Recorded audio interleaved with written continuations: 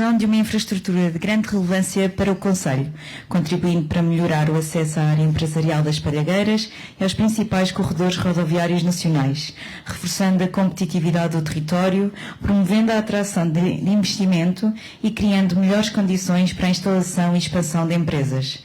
Trata-se de uma infraestrutura que constitui um investimento estruturante para o desenvolvimento económico do concelho e da região oeste, representando um investimento superior a 20 milhões de euros, cofinanciado pelo Plano de Recuperação e Resiliência, através da medida destinada ao reforço das acessibilidades às áreas de acolhimento empresarial.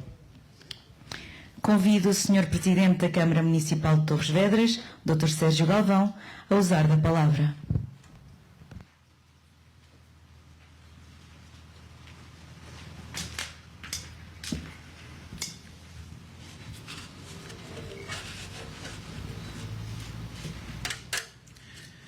Senhor Ministro da Coesão Territorial, Manuel Castro Almeida, Senhora Presidente da CCDR Lisboa e Valdoteste, Cara Teresa Almeida, muito obrigado por ter revisitado este projeto, assim como o Sr. Presidente da Estrutura de Missão Recuperar Portugal, caro Fernando Alfaiate, agradeço também as visitas que já fizemos a este local. Senhor Deputado Marco Aldino, Senhora Presidente da Assembleia Municipal de Torres Vedras, Helena Ferreira, Senhor Vice-Presidente, Senhoras Vereadoras e Senhores Vereadores, Senhoras e Senhores Deputados Municipais, Senhoras e Senhores Presidentes de Junta, representantes das Forças de Segurança e de Socorro, a todos os que trabalharam para que hoje pudéssemos estar a abrir esta variante, o meu muito obrigado, minhas senhoras e meus senhores. Durante muitos anos esta ligação existiu apenas na vontade de quem conhecia este território. Existiram estudos, projetos, reuniões e reivindicações na convicção de que esta era uma infraestrutura necessária para Torres Vedras. Hoje deixa de ser uma ideia e passa a ser uma realidade. Hoje é, por isso, um dia muito importante para Torres Vedras. Durante décadas falou-se da necessidade de criar uma ligação direta entre a A8 e o litoral. Era uma aspiração antiga, reconhecida por sucessivos executivos municipais, pelas empresas instaladas no território e por todas aquelas que conheciam as dificuldades de circulação nesta zona. A variante, que hoje colocamos ao serviço da população, estabelece a ligação entre a A8 e a área empresarial das Palhagueiras. Esta infraestrutura melhora a acessibilidade, reforça a segurança rodoviária, cria melhores condições para a atividade económica e prepara o concelho para continuar a crescer de forma sustentável. Quem conhece este território sabe que esta área empresarial é das que tem o maior potencial de expansão do concelho, particularmente na agroindústria, mas também noutros setores que acrescentam valor à nossa economia. Sem boas acessibilidades, esse crescimento teria sempre um limite. Com esta ligação, criamos precisamente as condições para que este desenvolvimento possa continuar. Reduzimos os tempos de percurso entre a A8 e a área empresarial. Retiramos tráfego pesado do interior das localidades. Melhoramos as condições de segurança para todos os utilizadores de via. Criamos uma infraestrutura preparada para servir as empresas de hoje, mas também aquelas que queremos atrair. E aproximamos igualmente o litoral do restante do concelho, antecipando uma estratégia de mobilidade que continuará a ser desenvolvida nos próximos anos. Estamos perante uma obra com cerca de 6 km de extensão, 2 vias em cada sentido, 5 novas rotundas e uma infraestrutura preparada para responder às necessidades das próximas décadas.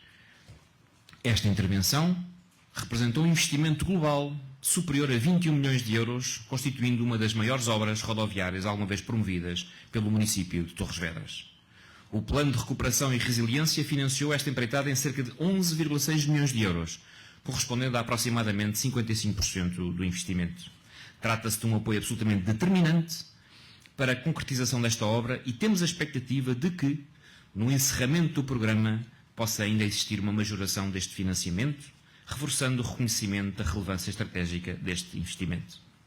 O concurso para o projeto foi lançado em 2021, seguindo-se um processo exigente de elaboração técnica, de pareceres e de aprovações por diversas entidades, desde a Agência Portuguesa do Ambiente, à CCDR, ao ICNF, às Infraestruturas de Portugal e tantas outras entidades que acompanharam este percurso. Depois veio a empreitada.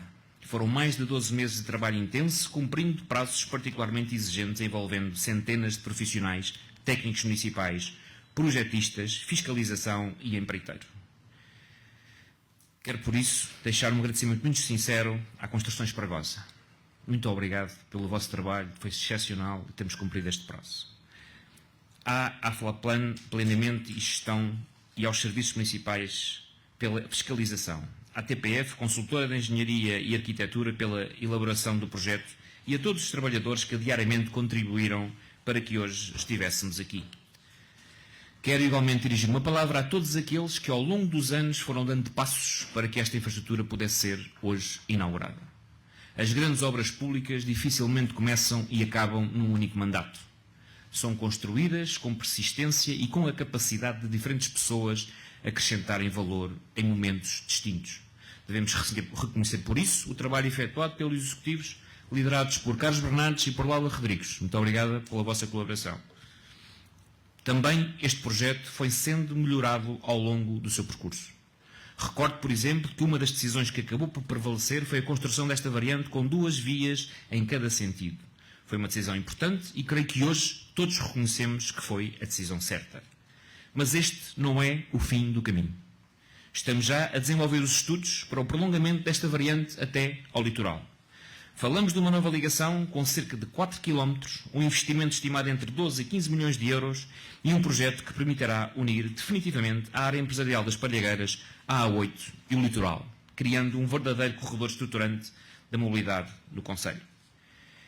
Essa futura variante responderá aos constrangimentos das vias existentes, reduzirá os tempos de percurso, aumentará a segurança rodoviária e constituirá uma alternativa eficaz à Estrada Nacional 247 e à Estrada Municipal 562. Queremos ir mais longe. Queremos que esta nova infraestrutura integre também as soluções de mobilidade suave, criando melhores condições para quem se desloca a pé ou de bicicleta e reforçando a ligação entre as localidades servidas por este novo eixo. A nossa visão passa por prolongar esta ligação até ao litoral, onde pretendemos criar uma bolsa de estacionamento e um terminal intermodal em Santa Cruz, em que esta solução permitirá facilitar a articulação entre os diferentes modos de transporte, criar condições para que as ligações diretas a Lisboa e contribuir para aliviar a pressão sobre o terminal rodoviário de Torres Vedras. É esta a visão que queremos para Torres Vedras. Uma visão que aposta nas acessibilidades, não como um fim em si mesmo, mas como um instrumento para criar desenvolvimento económico, atrair investimento, gerar emprego qualificado e melhorar a qualidade de vida de todos. Mas sabemos que os territórios não se constroem de uma só vez. Constroem-se passo a passo, com ambição, com responsabilidade e com a capacidade de olhar sempre um pouco mais à frente.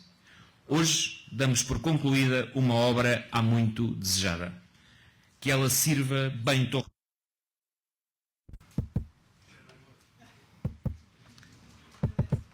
Acabou-se aqui o... Foi o gerador? Epá, só faltam 2 frases, pá.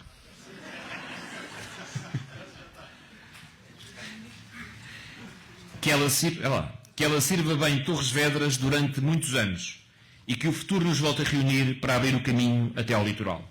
Muito obrigado.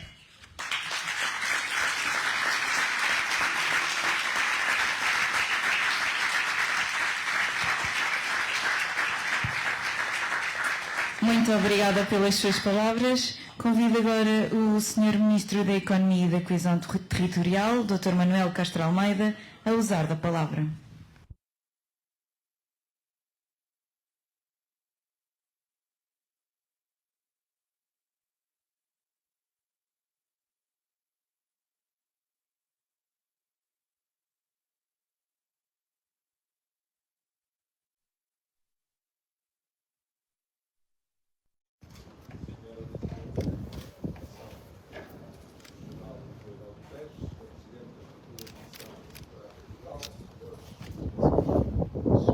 Ex-autarcas e senhores autarcas, minhas senhoras, meus senhores, meus caros amigos, eu quero associar-me ao clima de júbilo, de festejo que preside esta cerimónia.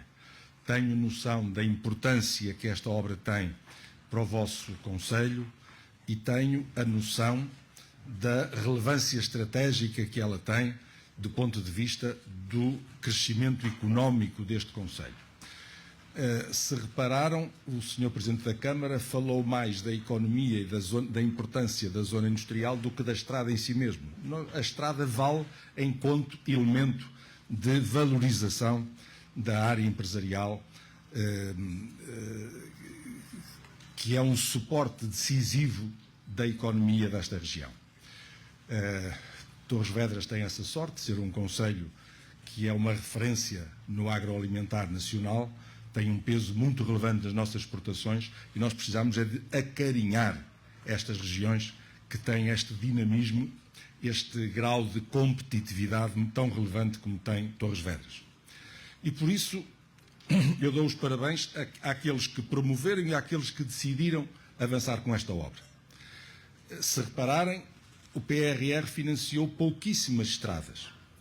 E justamente as estradas que financiou eram aquelas que não eram tanto estradas, eram ligações a áreas empresariais. Era do ponto de vista da economia, da criação de melhores condições de competitividade para as empresas. Foi esse desígnio, foi essa característica, foi essa marca que fez financiar algumas acessibilidades às zonas industriais. E o que eu quero aqui realçar é que o PRR termina no dia 31 de agosto e hoje são 10 de julho e a obra está pronta a ser utilizada. Portanto, é mais uma daquelas obras que contribui para aquilo que nós esperamos venha a ser uma total e completa execução das subvenções do PRR. O objetivo, primeiro, é que o país não desperdice nem um cêntimo das subvenções do PRR e é isso que eu espero que vá acontecer e estou reconhecido ao município pelo facto de contribuir para esse objetivo.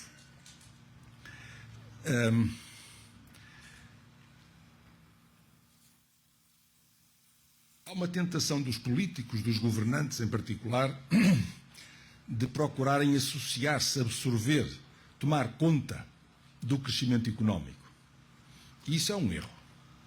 Quem faz a economia crescer são as empresas. Em mais de 90%. O que mexe a economia são as empresas. Os governos, as políticas públicas, as políticas do Estado Central ou do Estado local, que são as autarquias, podem ajudar, podem fazer andar mais depressa ou andar mais devagar. Mas quem mexe a economia são as empresas. E, portanto, eu quero deixar aqui claro que quando o Estado se mete na economia, deve ter sempre como referência a liderança das empresas. E o Estado está cá, em primeiro lugar, para não atrapalhar. Primeira obrigação do Estado, não atrapalhar as empresas. Uma das formas de não atrapalhar as empresas é não aumentar os impostos, pelo contrário, baixar os impostos. E é isso que o Estado está a fazer, é baixar os impostos sobre as empresas. Baixámos um ponto percentual lá no ano passado, o ano de 2025, baixámos outro ponto em 2026, vamos voltar a baixar mais um ponto em 27 e em 28. Já está decidido, já está aprovado. É o Estado a não perturbar as empresas pelo lado dos impostos. E depois tem que não perturbar as empresas pelo lado da burocracia. É uma guerra que nós temos que fazer, o combate à burocracia, porque hoje os empresários que estão aqui percebem muito bem isto, passam metade do seu tempo a tratar de burocracias, de papeladas, de formalidades, de licenças, de comunicações, de relatórios, de inspeções, de visitas, de burocracia com pouca utilidade para a produtividade da sua empresa. E o Estado impõe muita regulação, muita regra, muito controle, muito papel, muitas licenças, muitas fiscalizações, muitas vistorias. Pois nós vamos querer resolver essa parte para ajudar as empresas no sentido de não as turvar. Primeira obrigação, não perturbar a vida das empresas. Mas o Estado tem esta outra obrigação de criar condições para que elas sejam cada vez mais produtivas, mais competitivas. Este é que é o ponto que hoje deve estar no centro das nossas preocupações. As nossas empresas têm uma produtividade que anda sensível, 20 e tal % abaixo da média europeia. E é por isso que os nossos salários estão 20 e tal % abaixo da média europeia. Nós trabalhamos as mesmas horas, ou mais, e recebemos 20 e tal % abaixo. Porquê? porque as empresas para onde nós trabalhamos só faturam 20 e tal % abaixo do que fatura a média europeia. A mesma empresa que os mesmos trabalhadores nas mesmas horas de trabalho fatura 20 e tal % a menos. São menos produtivas. Não se pede aos trabalhadores que trabalhem mais depressa. Nem se pede que trabalhem mais horas. O que interessa é o valor da fatura no fim do dia. Se eu puder acrescentar valor ao meu trabalho, eu estou a criar condições para aumentar o meu ordenado. É acrescentar valor, valorizar, tornar a empresa mais produtiva, tem que chegar ao fim do mês e faturar mais. E esse é um trabalho que é feito nas empresas, sobretudo, e mais uma vez o Estado tem que ajudar aqui. Uma das áreas que nós achamos que é fundamental ajudar tem a ver com a inteligência artificial. As empresas vão todas usar inteligência artificial mais tarde ou mais cedo. Umas vão mais tarde, outras irão mais cedo. Nós queremos ajudar a que vão mais cedo. Quanto mais depressa forem, melhor.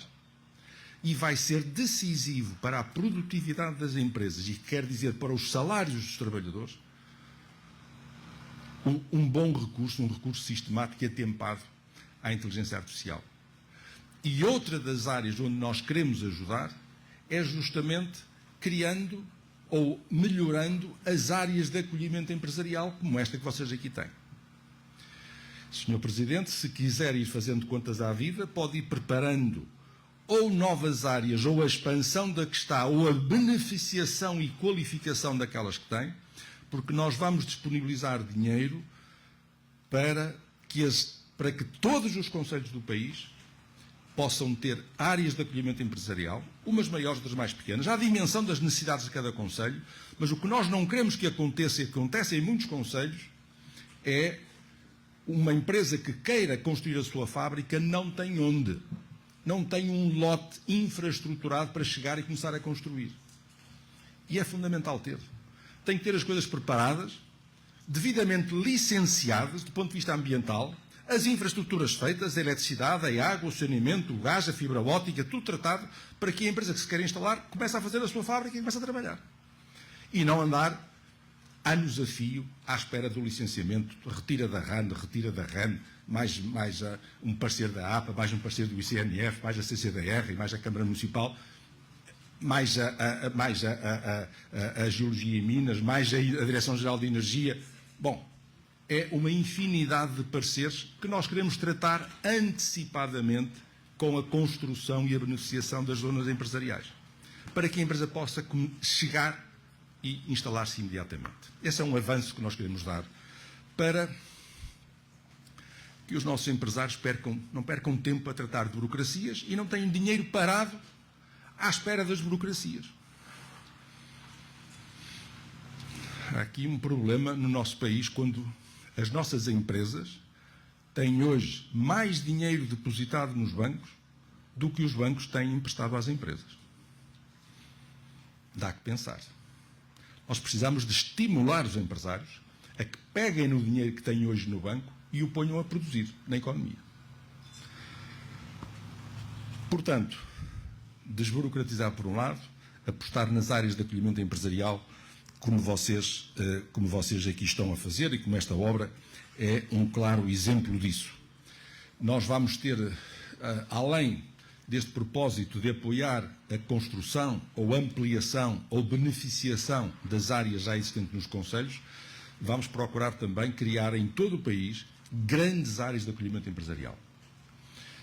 Grandes e médias. Estamos a falar, não sei qual é, não sabe de cor qual é a área da sua zona empresarial. 900 hectares. Nós estamos a falar de queremos construir áreas empresariais entre 3 e 8 km². Portanto, é bastante maior do que esta. Entre 3 e 8 km². Média de 5 km². Queremos fazer 6 no país destas médias e grandes áreas de acolhimento empresarial. Ou seja, replicar um bocadinho à escala mais reduzida aquilo que é Sines. Quando eu era jovem, quando vocês andavam na escola primária, dizia-se que Sines era um elefante branco. Não sei, alguns lembram-se dessa expressão. Sines era um elefante branco. porque tinha-se projetado uma grande área empresarial que estava vazia.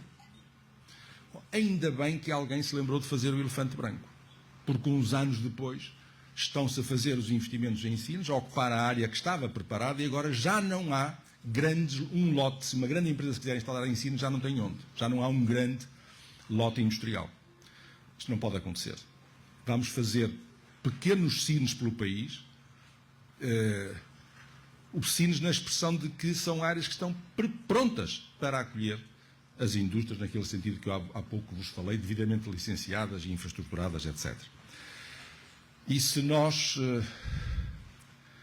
o país tiver em primeiro lugar, a ambição de crescer, porque nós estamos a cerca de 80% do rendimento europeu. E acho que temos que ter o objetivo de chegar à média europeia. Não há razão nenhuma para que os portugueses não cheguem à média europeia. Nenhuma. Falta-nos ter ambição e depois falta-nos organização, método, para lá chegar. Eu acho que estas linhas, acho que são muito consensuais no país, apostar no combate à burocracia, apostar na inteligência artificial, apostar nas áreas empresariais, porque a inteligência artificial não vai dispensar que haja fábricas para fazer produtos. E, portanto, quer do lado da tecnologia, da sofisticação, do digital, quer do lado do concreto, da fábrica, do chão de fábrica, apostando nestas duas áreas e no combate à burocracia, nós estamos no caminho certo para colocar o país na rota da competitividade que é necessário para que os nossos salários, os salários dos nossos filhos, possam efetivamente competir com os salários da Europa. Para que os nossos filhos não tenham que sair daqui de Portugal e ir para a Europa procurar empregos bem pagos. Para que possam ter um padrão de vida em Portugal compatível com aquilo que nós merecemos.